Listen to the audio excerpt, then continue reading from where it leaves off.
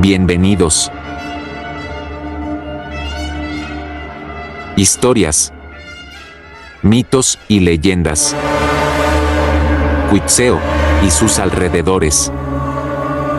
Radio Oro Morelia, con Baldo Rivera. Conducido por Yacer Castro. Freddy Morales, en audio y video en YouTube. Invitados especiales. Comenzamos.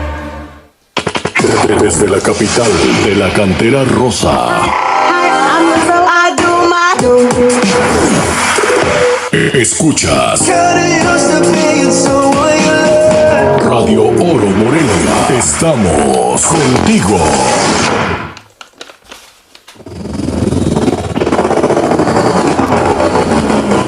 Radio Oro Morelia presenta historias, mitos y leyendas. Un programa enfocado en sucesos paranormales reales.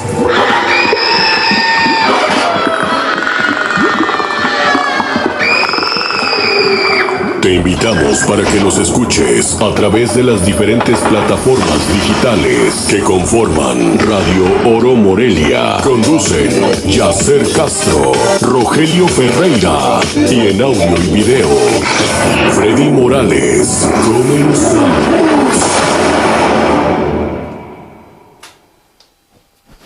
Muy buenas noches.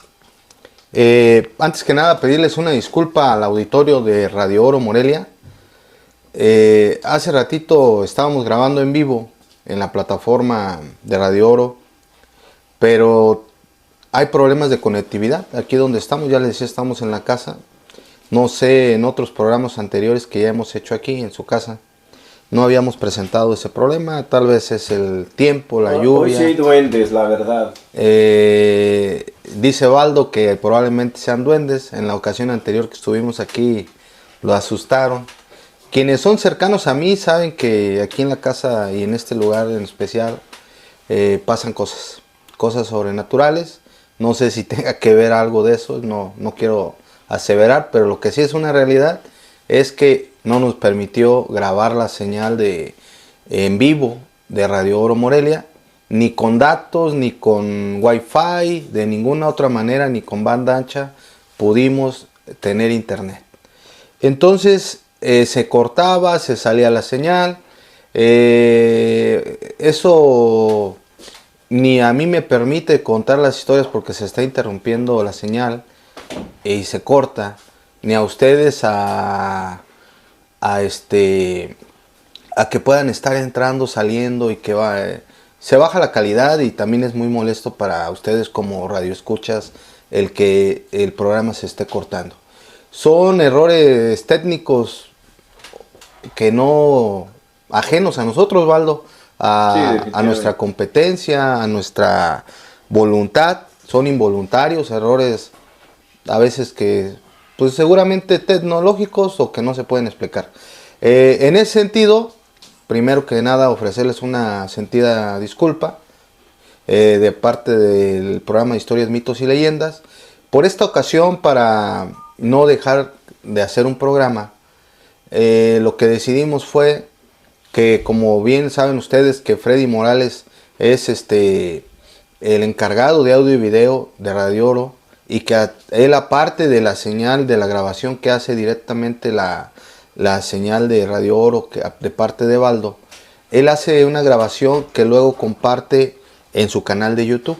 Entonces él está grabando, estamos haciendo la grabación en vivo, pero no transmitida en vivo. En unas horas de hoy mismo, viernes 19 de julio, vamos a subir la grabación, no como en vivo, sino de lo que ya ahorita estaremos contando, de las historias que ya les decía. Ojalá lo puedan visualizar, compartir, ayudarnos a hacer eso. Lamentablemente, al no ser en vivo, pues no podremos recibir comentarios, mensajes de parte de ustedes. Si ya después en la publicación que se haga de la grabación que les vamos a subir pueden hacer comentarios, ya en el siguiente programa o ahí mismo les contestaremos o los leeremos en la siguiente presentación, que esperemos ya no tengamos ese problema de conectividad. Por hoy pues una disculpa. Ojalá les guste el programa, aunque sea grabado, y que sea de su interés cada una de las historias que les vamos a compartir. Ya les decía yo, empecé, pero se interrumpió.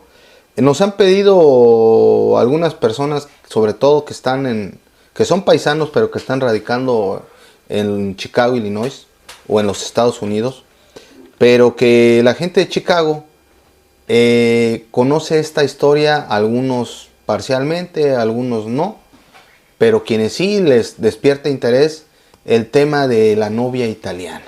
En algún momento comentamos algo de ella, pero ahora quiero explicarles un poquito más de su historia.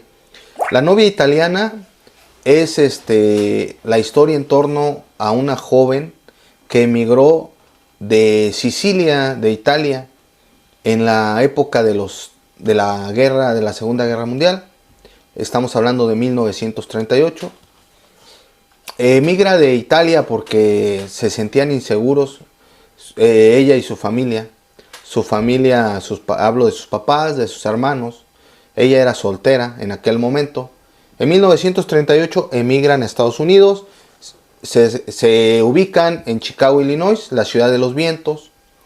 Y quienes conocen Chicago saben que ahí hay una colonia, que ahorita se me olvidó el nombre, pero que hay una colonia donde están asentados principalmente los italianos.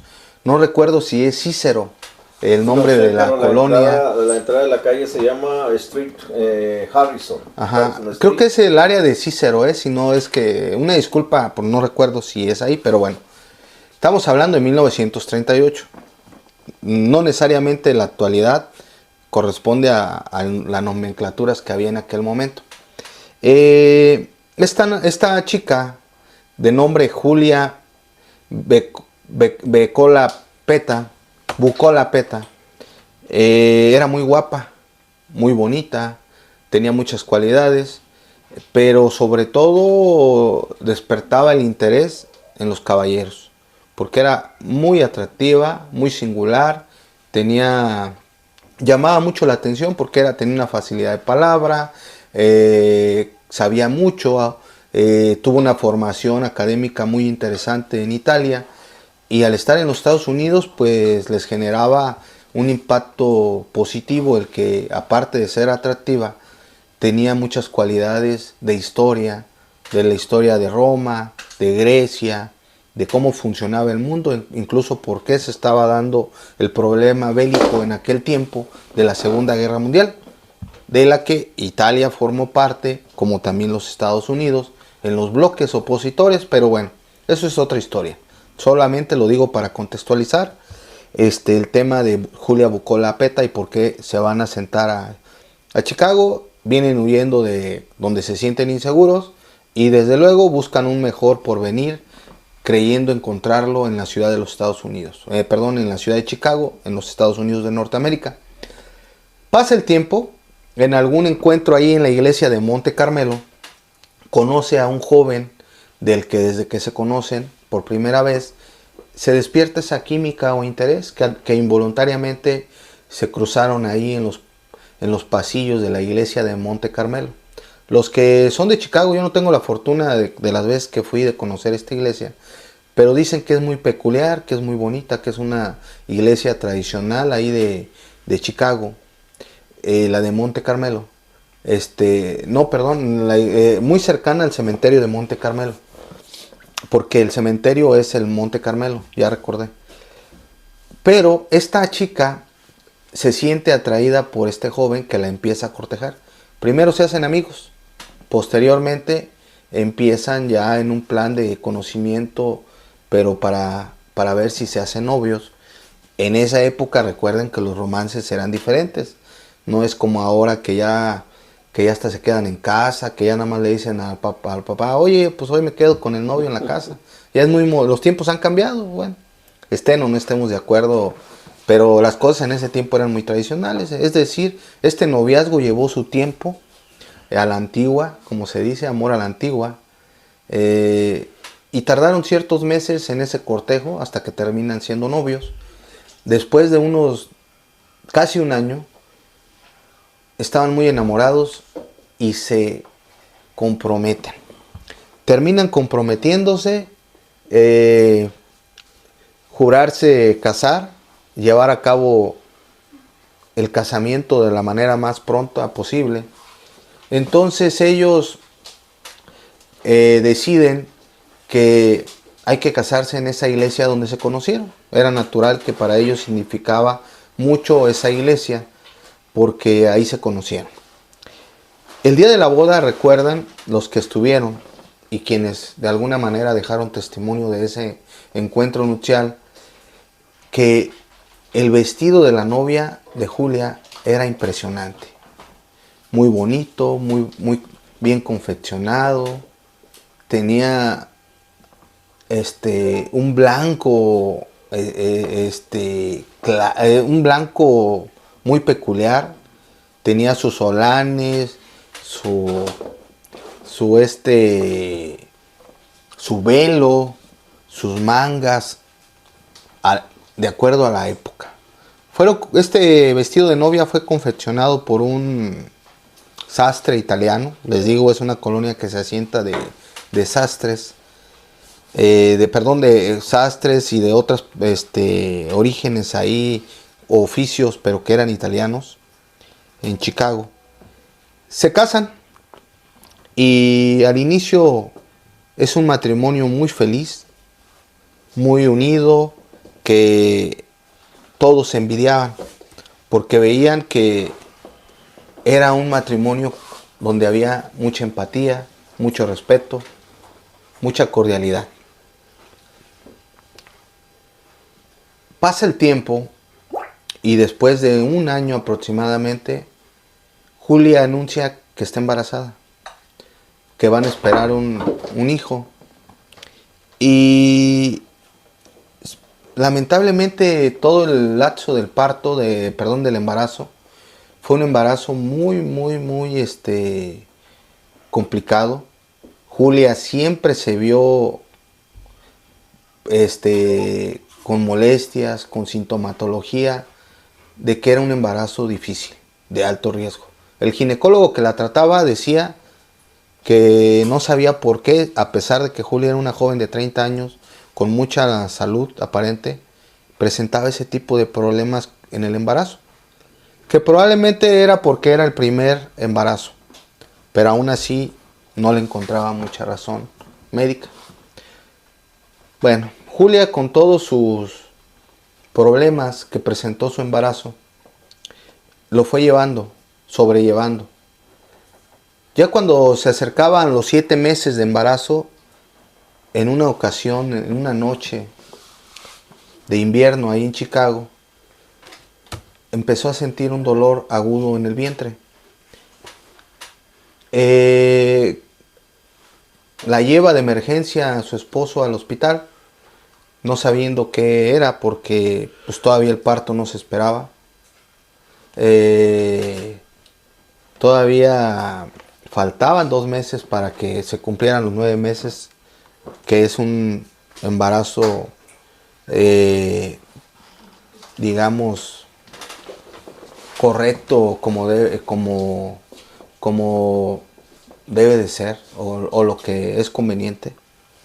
Ya estando en el hospital, en el área de emergencias, le dice el ginecólogo al esposo de Julia que ya el parto se adelantó, que se viene el proceso ya de que su bebé va a nacer, que es riesgoso porque estamos hablando de que son 7 meses o un poco menos, de que todo embarazo de 7 meses lleva un alto grado de riesgo, y más en la época de 1938.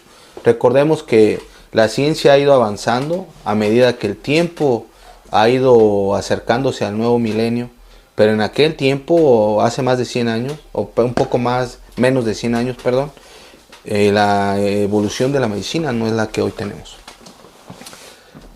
El cirujano empieza a hacer los trabajos de parto, empieza a extraer al niño, pero algo no andaba bien cuando empieza a salir aquel infante que era muy pequeño y no hay un llanto.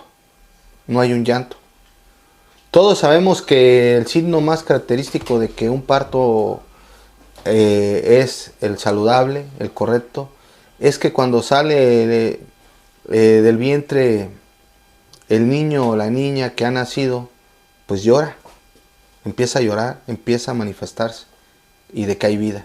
En este caso no había nada, era silencio sepulcral. Julia, que estaba con los dolores y los estragos, pero estaba consciente de lo que estaba pasando, se empezó a inquietar. Y su esposo, que estaba detrás del cristal, por fuera del quirófano, también veía que los médicos estaban inquietos, preocupados. Algo no estaba bien en aquel parto. El cirujano se da cuenta de que el embarazo esta labor de parto trajo un niño que había fallecido, nació muerto. Seguramente el poco tiempo que llevaba de embarazo afectó a que naciera muerto aquel niño. Era un varoncito. Y Julia empezó como loca a gritar: quiero a mi niño, ¿por qué no llora? ¿Dónde está? Quiero abrazarlo. Pero los cirujanos, callados, en silencio, titubeantes, con nervios, no hallaban cómo decirle. Finalmente, el ginecólogo que extrajo al bebé se acerca a Julia y le dice, con el bebé, se lo entrega en sus manos y le dice: Julia, lamentablemente tu niño nació muerto. Eso provocó un gran dolor, desde luego, en Julia. Y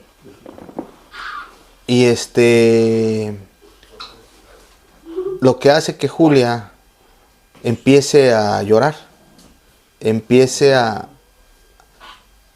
sangrar, empieza a tener un sangrado, empieza excesivo ese sangrado. Los médicos le piden a Julia que luche, que no se deje vencer, porque empiezan a ver que los signos vitales de Julia comienzan a descender, comienza a bajar la frecuencia cardíaca, comienza a subirse la presión arterial, comienza a alterarse los signos vitales de tal modo que ya se veía que se ponía en riesgo su vida. Le dicen: Julia, no te dejes vencer. Pero pareciera que Julia ya no quería seguir viva, que la pérdida de su hijo lo era todo para ella, y los médicos no se explicaban hasta después de que tuvieron que decirle a su esposo de Julia que Julia también había partido de este mundo, que por qué había fallecido. El parto, a pesar de ser complicado, no tenía los riesgos de salud para que ella hubiese fallecido. Terminó falleciendo Julia, lamentablemente, al igual que su niño. Fue una trágica muerte de los dos. Su esposo, pues, destrozado, tiene que platicar con la mamá de Julia y preparar los funerales.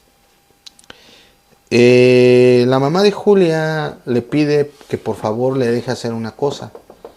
No es común que un adulto sea sepultado o sea velado en una caja blanca de metal, porque eso es para los angelitos.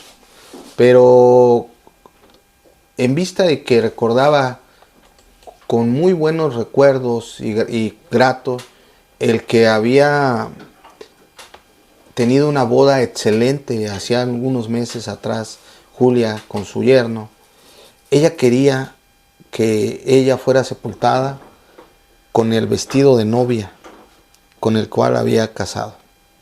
Pero aparte le pide a él, aún contra todas las indicaciones que nos dice la iglesia, o que hasta donde yo sé, que sea sepultada su hija con el bebé abrazado. Aparte de ir vestida de novia, tenía que llevar al bebé abrazado.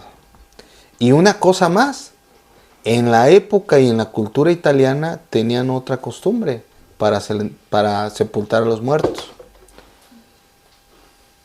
Ya que le cerraron los ojos al cadáver de Julia y al bebé, se usaba que les dibujaban en los párpados los ojos para que se simulara que estaba vivo aquel cadáver.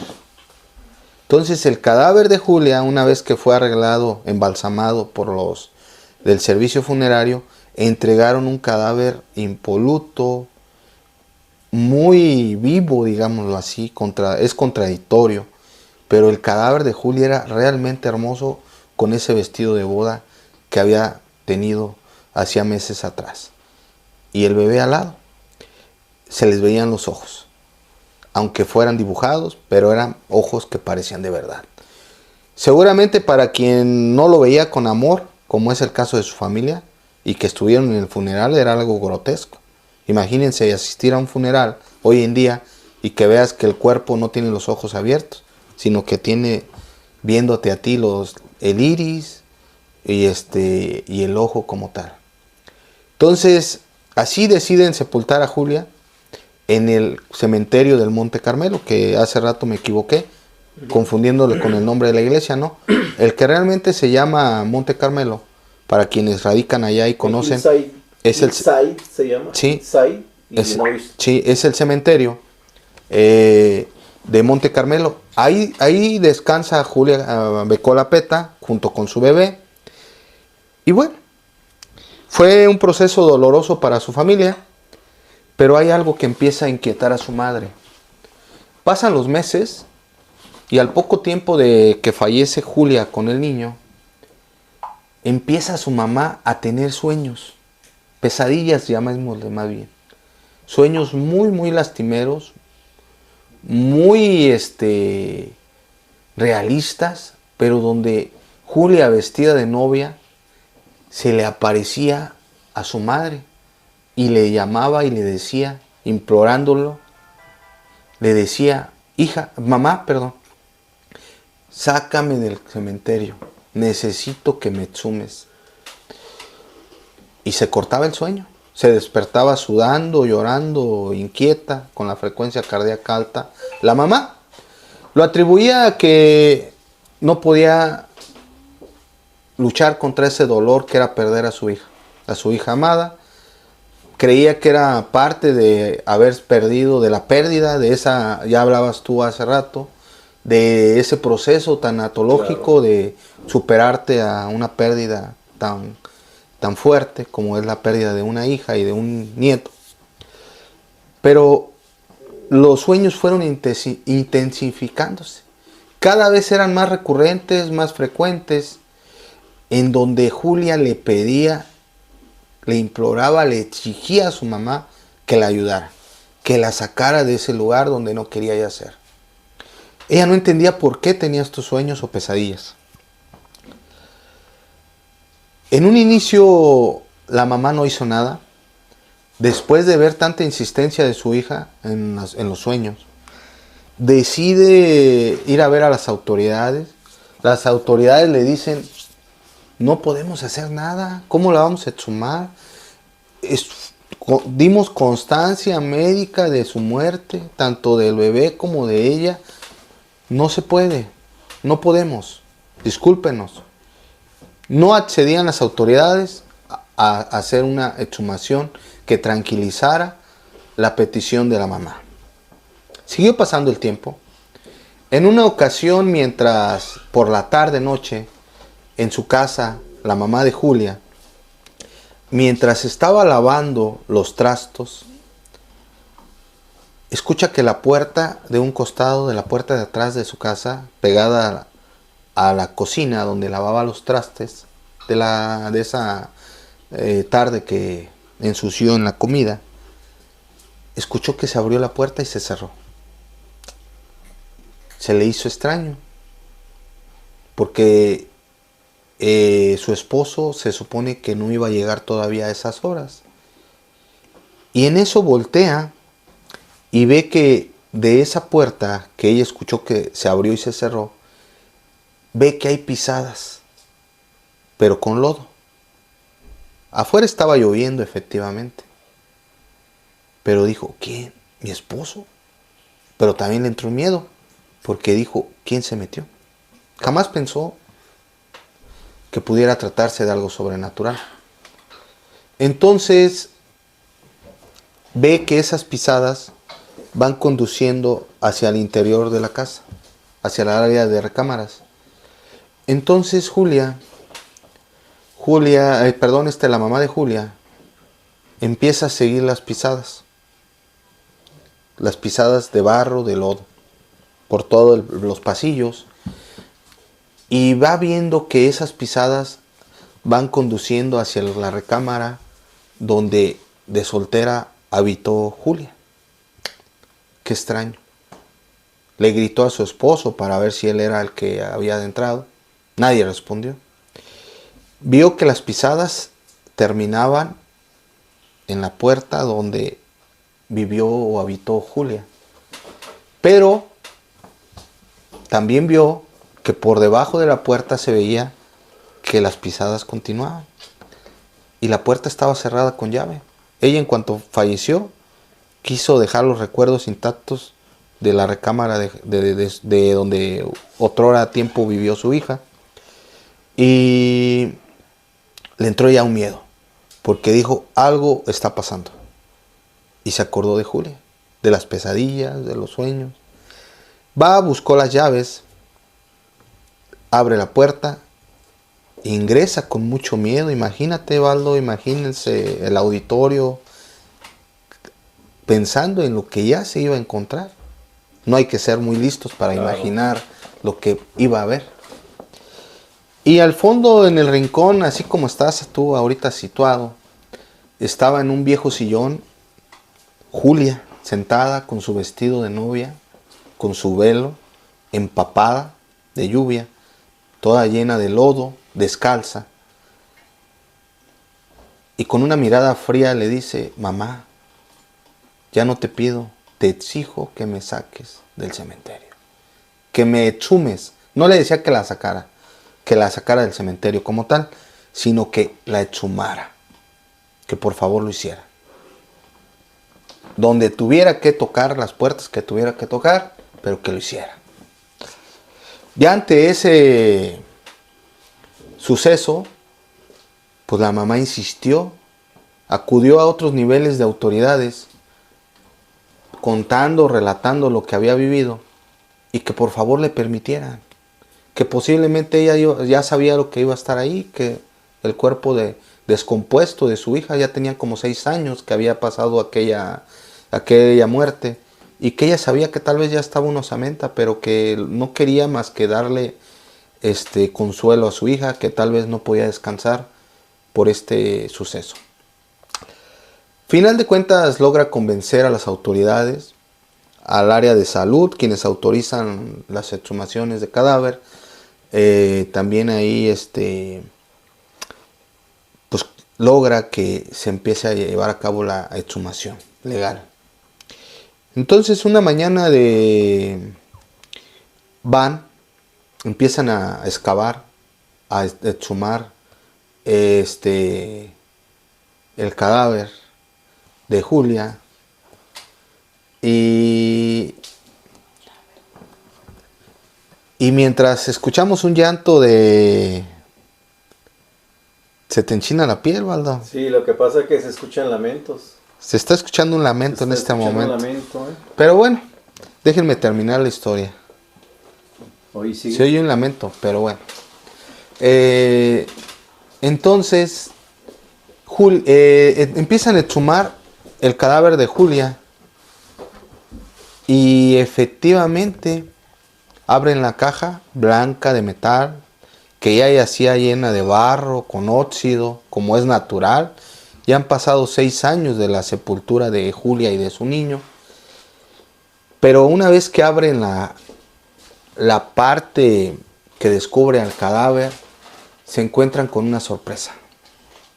El cadáver de Julia está impoluto, exactamente igual de como fue enterrado. Ni siquiera momificado, ¿no? Todavía como si apenas un día anterior hubiera sido embalsamado. Y el del niño igual, el de aquel infante. Pero lo que le despertó más todavía la sorpresa de los presentes fue que ya Julia no estaba sonriente como fue sepultada, o con esa tranquilidad, esa mirada de tranquilidad, sino estaba con rasgos faciales de dolor, de sufrimiento, y con las manos haciendo en las uñas se le veía rastros de pintura de aquella caja. Probablemente Julia no estaba muerta. No estaba muerta. Y fue sepultada creyendo que estaba muerta. Entonces, Julia lo que quería tal vez que supieran era que no había muerto y que fue sepultada. Su madre, pues muy abatida, y las autoridades, pues usted disculpe, ya saben, decide levantar un monumento funerario, que es el que se sube en la imagen que compartimos. Hay una publicación donde está vestida de novia la joven Julia, de pie, lo que es un mausoleo ahí en el Monte Carmelo, en su tumba. Pero lo increíble es que dicen todavía a la fecha que quienes a veces transitan por el cementerio, sobre todo en la noche, han encontrado que al pie de la tumba de Julia está caminando el fantasma de Julia. Como también lo han visto en la iglesia. En la iglesia donde conoció a su esposo, donde se casó y donde seguramente dejó los mejores recuerdos de su vida. Y así es como termina la historia de Julia Becola Peta. Ojalá les haya gustado. Es una historia larga, como se las conté de forma muy, muy extensa, pero que hoy en día, sobre todo quienes radican en los Estados Unidos o en Chicago principalmente, específicamente, y quieren a ver si tienen la oportunidad o la desdicha o el gusto de encontrarse con el fantasma de Julia, pues hay que ir a Monte Carmelo y ahí podrán encontrar su tumba. Nació el 6 de junio de 1908, un 9 de julio de 1891 en Italia. Fíjate. Sí, entonces cuando emigra a Estados Unidos, con su madre, fue en 1913, lo que comentabas, después de que falleciera se establecieron ahí en Chicago. Pero fíjate de que ahí en ese cementerio, mi querido Yasser, o sea, está interesantísimo la verdad, pero en ese cementerio donde descansan los restos de Julia, pues están nada más y nada menos que los restos de Al Capone. Al Capone, aquel criminal que fue, fíjense, ahora es en esta época donde ya hay otro tipo de insumos o de estupefacientes que usa la mafia pues para comercializar. Pues en esta época comercializar vino parece de broma, ¿no? Pero en aquel tiempo de Al Capone, el tráfico o el comercio ilegal era de vino. Y era lo que se consumía y era por lo que se buscaba a los delincuentes. En este caso la mafia italiana, comandada por Al Capone. Al Capone. Que hay que decir que Al Capone estuvo preso en Alcatraz. Quienes tengan la oportunidad de ir a San Francisco, ahí cerca de la bahía, por el Golden Gate, van a ver que en la parte izquierda o en la parte poniente, si no mal recuerdo, se ve la isla donde está la cárcel de Alcatraz y que ahora es un museo. Yo no tuve la oportunidad de, cuando fui a esta zona, de ir a Alcatraz, porque hay que comprar los boletos de Alcatraz, de ese museo, con mucha anticipación.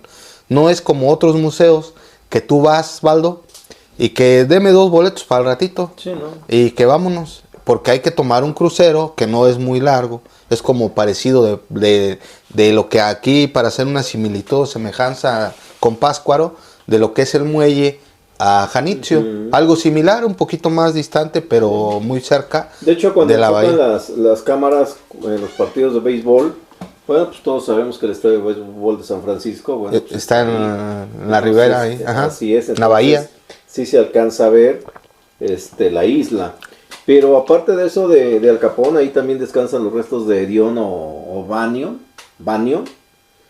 También, o sea, otro de los, lo que tú decías de los mafiosos de Chicago.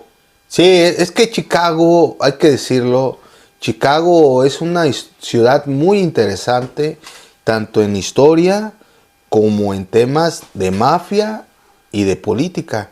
Grandes políticos son originarios de Chicago. Ahí tenemos a Barack Obama, si no mal recuerdo, a otros presidentes de los Estados Unidos de Norteamérica que ha dado Chicago.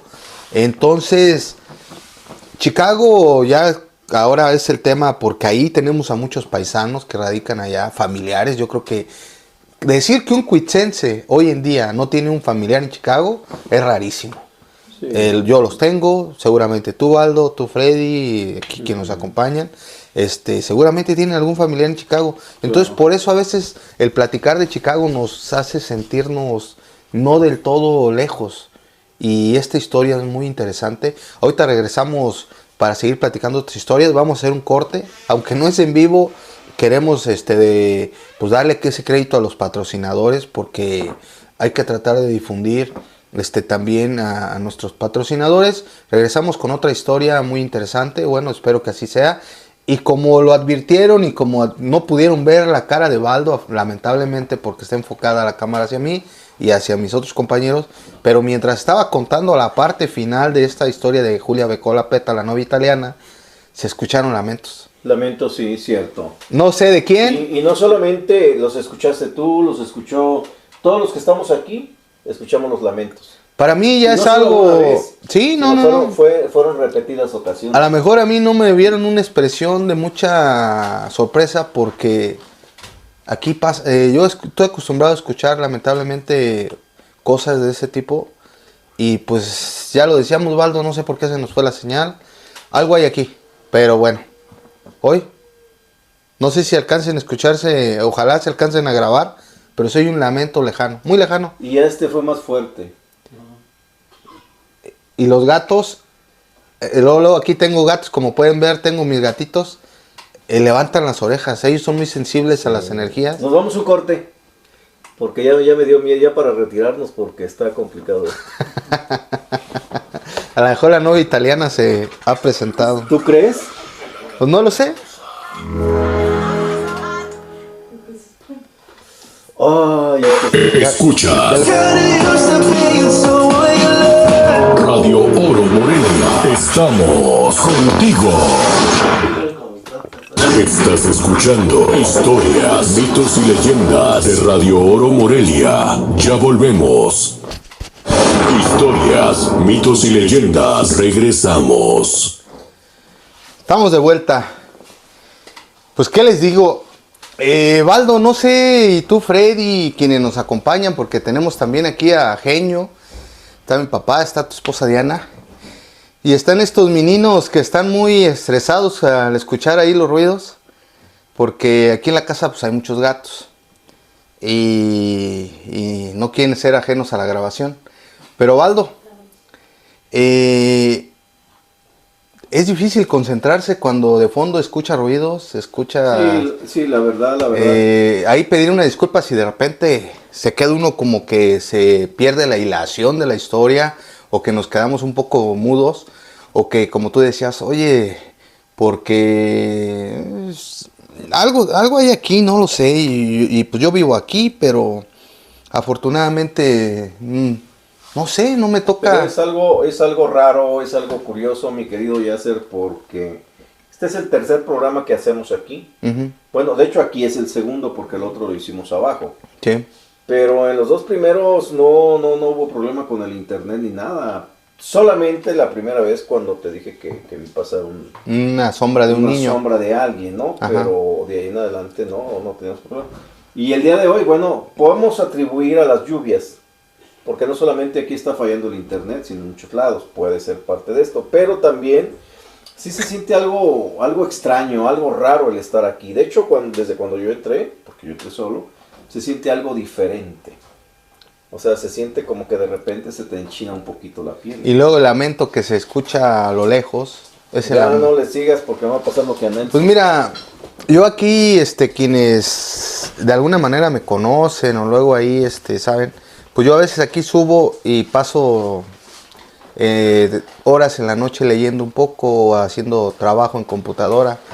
Y llega un momento en que siento presencia, que no me siento solo y pues preparo la retirada inmediatamente para el interior de la casa. Porque aquí, como dice Baldo, se siente una vibra, pues no digo negativa, sino como que no está solo. Porque a veces los fantasmas o las presencias paranormales no necesariamente son negativas, sino son almas que a lo mejor piden la ayuda de uno. Y también por eso yo tengo gatos. Porque aparte que los gatos evitan los roedores, que son un animal que a mí me gusta mucho los gatos, donde hay libros debes de tener gatos o es recomendable porque te cazan la fauna como ratones, insectos que echan a perder los libros, pero también porque ahuyentan las energías negativas. Y es que en el Valle de Tarimoro ya hemos platicado tantas historias que suceden y los gatos ahuyentan. Pero bueno, hoy no lograron ahuyentar ese lamento que se escuchó de fondo. Les voy a contar una historia que me compartió Areni hace ya tiempo. Incluso antes en el acto del corto que tuvimos por el periodo electoral, por la veda ahí que hicimos en el programa, me contó una historia que sucedió aquí en Moroleón, no en Cuitzeo, pero que he ido, pues no ha habido la oportunidad de contarla, pero que hoy quiero contarla porque Areni, a quien le mando saludos, pues no de manera en vivo, seguramente ha de estar ahorita, pues triste porque ella sí nos sigue programa con programa, a quien le estamos muy agradecidos porque no deja de ver nuestros programas. Ojalá más tarde lo pueda sintonizar, aunque no sea en vivo, aunque no podamos escuchar sus comentarios en vivo. Pero ella me contó esta historia y la saludo con afecto. En 1989, en Moroleón, un joven que estaba censando, no hace mucho pasó el censo que realiza el INEGI. En 1989 recuerda que hubo un joven que andaba haciendo la actividad de censar casa por casa. ¿Qué es lo que se hace en un censo? La mayoría sabe.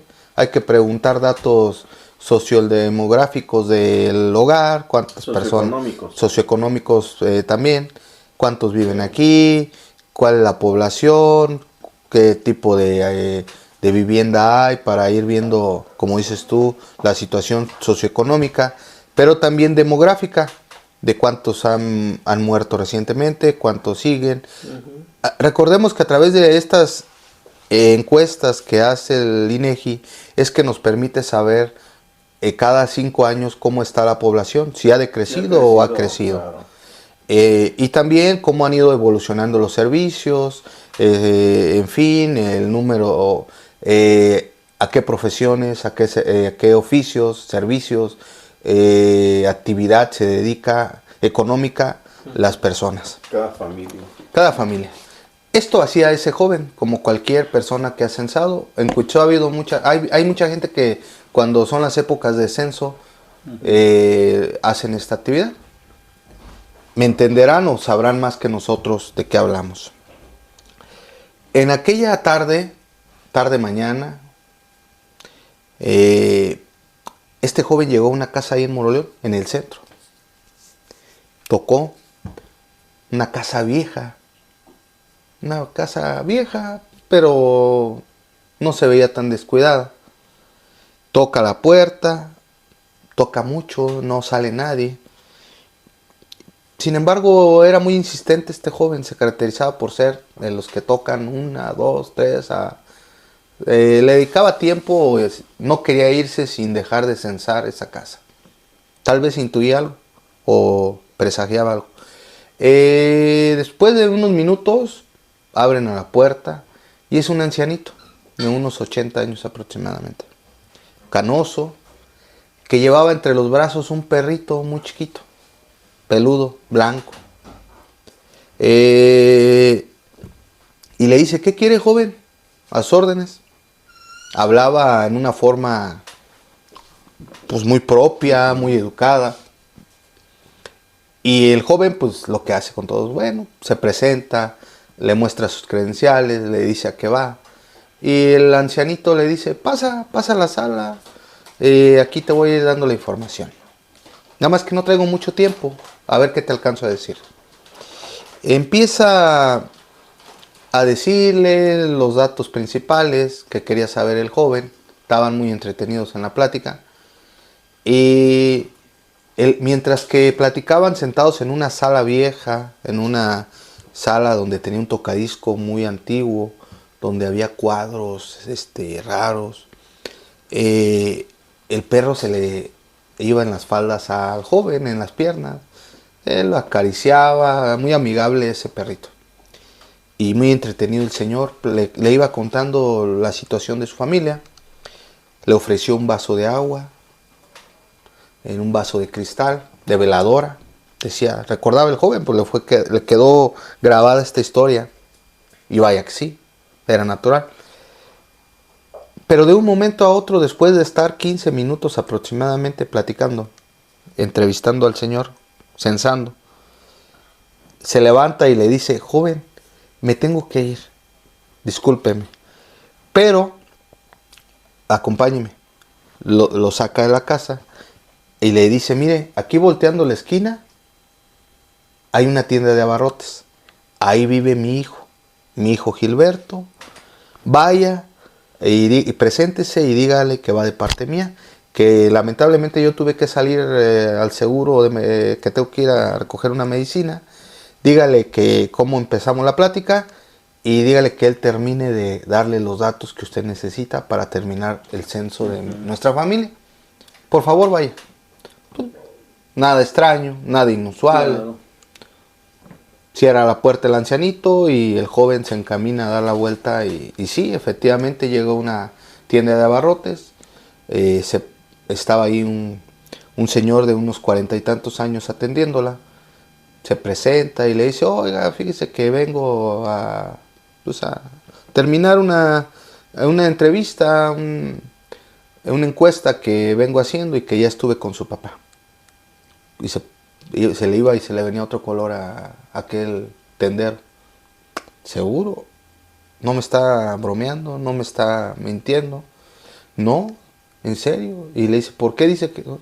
Ya le empieza a dar santo y seña de las características del anciano, incluso del perro, de que le ofreció un vaso de agua y de las características de la sala de aquella casa. Y se quedó de a seis el señor. Le dijo, permítame, acompáñeme, vamos a ver. El señor de la tienda, el hijo de este anciano, le pide al joven que lo acompañe nuevamente a la casa. Y al llegar, pues vaya sorpresa, la casa tenía ahí una cadena con su candado, se veía mojoso y ya las paredes pues muy destruidas, ya sin pintura, sin tecatas, con moho, pues una casa que ya está abandonada prácticamente, que ya tiene cierto abandono de mejoras, de mantenimiento. Y le dice el joven, caray, ahorita que vine a la casa de afuera, pues sí se veía ya descuidadona, pero no tanto. ¿Qué pasó? Ya empezó Dice, mire, como puede advertir, está cerrada con candado. Es que mi papá ya murió hace tantos años. Pero sí son las características que usted me da de él. Eso no es innegable. Y abre la puerta y le dice, pase, vamos a ver. Y ya que ve adentro y dice, efectivamente es la sala que yo estuve aquí sentado. Dice, incluso ahí estaba el vaso, que hacía unos minutos había estado tomado agua y todavía tenía un poco de agua, hasta donde lo había dejado. Le dice, mire, aquí estuve yo, es innegable. Y sí, no le puedo decir que no. El fantasma de mi papá sigue aquí. Y en eso iba pasando un vecino de esos que tenemos todos, curioso. Escuchó la conversación y se mete y le dice, es que jóvenes, yo que vivo enfrente, muy seguido me toca ver el fantasma de su papá. Viene con la mascota a darle vueltas a su casa. ¿No se quiere ir? probablemente tanto afecto que le tuvo a su casa le hace que regrese a visitarla. Y no es inusual que nos encontremos con su fantasma. Y fue lo que le pasó a este joven que censaba. Desde luego le quedó esta historia marcada. No me acuerdo, lo que sí no recuerdo en este momento es cómo se la contaron a Areni o quién se la contó, pero ella me la transmitió a mí, a quien le agradezco. Y bueno, deuda saldada, reina, ya la conté. Y ya espero sea del agrado. Vámonos a otro corte o ya no alcanzamos otra historia. Ya el día de hoy se nos fue, lamentablemente por la falla técnica, nada más pudimos contar estas 2 historias. Vamos a seguir contando otras que tenemos. Todavía tengo pendiente para el siguiente programa una de por qué no debemos salir ya que estamos acostados. Nunca es recomendable. Si tú ya estás descansando, nunca salgas de la casa. Porque pasan tragedias, ya les conté una la vez pasada. Hay otra que está pendiente que les quiero contar. Hay otra que tiene que ver con la bruja de la laguna que me compartió Freddy, que sale por ahí, eso ocurrió en Michoacán. No sabemos si es el lago de Cuicheo, no sabemos si es la laguna de Siragüe, no sabemos, pero hay probabilidades de que sea en Cuicheo. Entonces lo vamos a platicar en la siguiente ocasión. Esperemos en el siguiente programa, Dios mediante, no tengamos esas complicaciones técnicas de conectividad. Porque Valdo, compañeros, pues el día de hoy, pues qué les digo, pasaron cosas. Yo a veces no quiero hacer énfasis porque pueden pensar en el auditorio, a quien me merece todo mi respeto, que estamos bromeando, que queremos pasarnos de ¿cómo será? Pues de listos, pero que no. La realidad es que te vas familiarizando con... También desde que empezamos el programa de contar historias, aparte yo ya antes había tenido, pues ya sabía de historias, siempre me han gustado los círculos donde se platican historias de terror.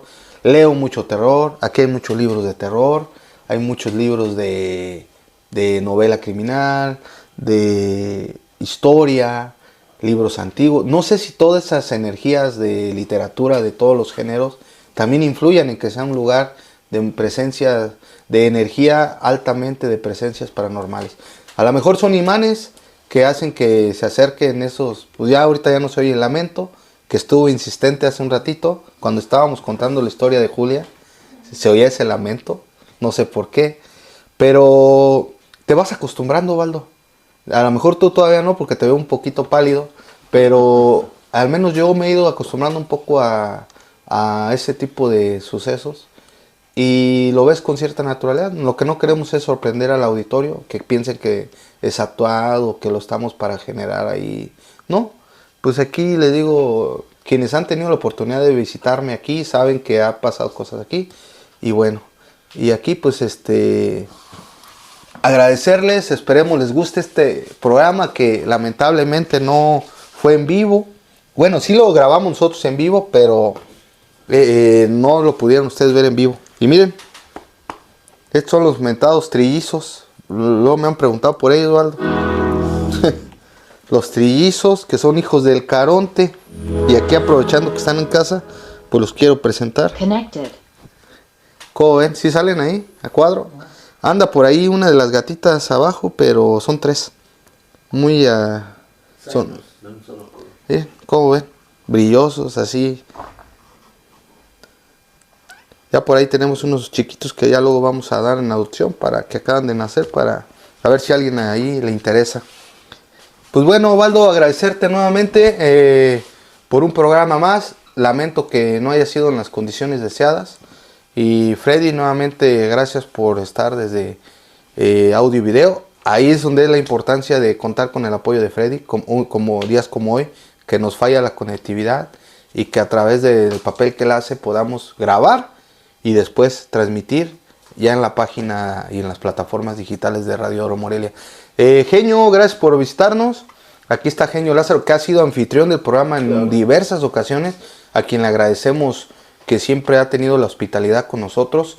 Y mi papá, que también él me ha transmitido historias que él ha vivido y que conoce, o que le han contado otras personas y que alimentan la cultura de mitos y leyendas. A Diana, tu esposa, Freddy, que está aquí, que nos acompaña, tu hijo Andrei. Y bueno, de antemano, desearles un feliz fin de semana. Buenas noches. y nos seguimos saludando. Ojalá no nos vuelva a pasar esto. Es el primer programa decías tú al inicio, el episodio 31, Freddy. Lamentablemente o afortunadamente en 31 episodios no nos había tocado. Sí, algunas fallas técnicas, pero no que nos impediera de completo hacer el programa en vivo y que lo tuviéramos que grabar. Es la primera vez que lo grabamos de esta manera para después compartirlo, no en vivo, pero sí en la plataforma. Gracias, nos seguimos viendo y estamos en comunicación. Saludos, aunque no están en vivo, ahí a todos los de cabina que son parte del elenco de Radio Oro, como es Pedro Popeye Chávez, Cassandra Villegas, y también, Baldo, se me estaba pasando, ya te lo había reiterado, muchas, pero muchas felicidades por estos 6 años que cumplió Radio Oro, que el sábado anterior estuvimos de plácemes por el 6º aniversario de Radio Oro Morelia, a través de la plural programación que tiene en todo Morelia. Miren, algo bien interesante nos decían, y yo no lo sabía, y aprovecho antes de cerrar, discúlpenme si me alargo en esto. Algo que tiene Radio Oro Morelia tiene programación las 24 horas del día. Claro. Ya ven que hay estaciones de radio o de televisión que se acaba y a las 12 ya se oye el himno nacional y empieza la de colores o el ruido y que ya no hay señal. No, hay un mecanismo muy profesional que tiene Radio Oro Morelia, que cuando no hay programas en vivo, pues se quedan grabadas horas de música, de reflexión, de diferente temática, música grupera, música clásica, música romántica, en fin, quienes son sobre todo que tienen que estar despiertos a horas muy tarde o que trabajan por la noche o que van en carretera y que no hayan que escuchar, denle a la frecuencia de Radio Oro y van a encontrar programación. No en vivo, pero sí programación. Y excelente música. Ya me tocó escuchar ahí la variedad de música que tienen toda la madrugada, toda la noche, y vale la pena. Así que Radio Oro es una excelente opción para aquellos que están en horario no ordinario, ¿cómo se le llama? El horario pues fuerte, pero que en la noche hay música, hay programación para todos los radioescuchas que siguen Radio Oro. Pues mira, con esta postal nos despedimos, mis gatos aquí. Bueno.